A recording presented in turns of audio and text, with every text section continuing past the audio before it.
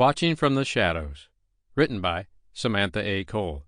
Narrated by Donovan Kane. Prologue. Well past midnight, the headlights to the target's truck appeared and lit up the street as he drove toward his home in a residential neighborhood of Tampa. After he passed the blue Honda Civic parked a block and a half away from his destination, the area was plunged into darkness once again. But the vehicle wasn't occupied. Its driver had crept through several backyards to the trees on the west side of the man's property. The spot had been used several times before.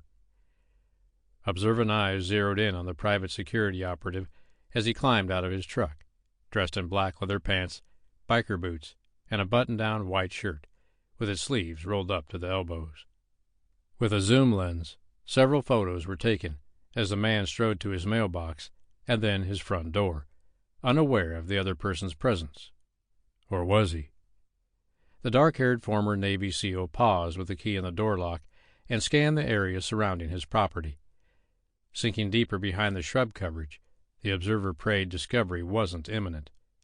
It wasn't time. Soon, but not yet. A deep breath was exhaled when the man finally entered the house and shut the door behind him. Several lights came on as he made his way through the rooms. He lived alone. Had since his beloved sister passed away months before. Such a shame. But it was one less person who stood in the observer's way. When the last light went out, the observer counted to 1,000, then slowly crept out of hiding, sticking to the shadows. There were closed-circuit cameras pointed at both the front and back doors, which were expected from a man with a military and security background. But since there were none pointed at the truck, it wasn't an issue.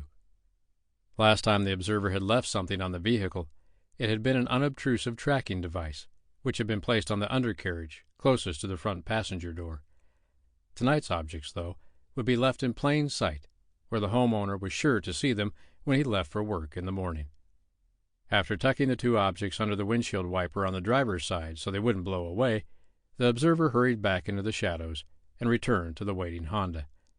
All that was left to do tonight was print out the photos, and then wait until the time was right.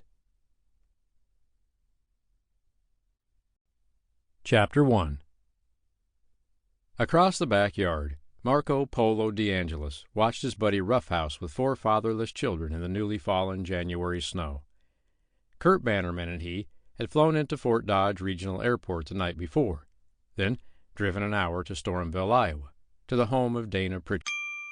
Sample complete. Ready to continue?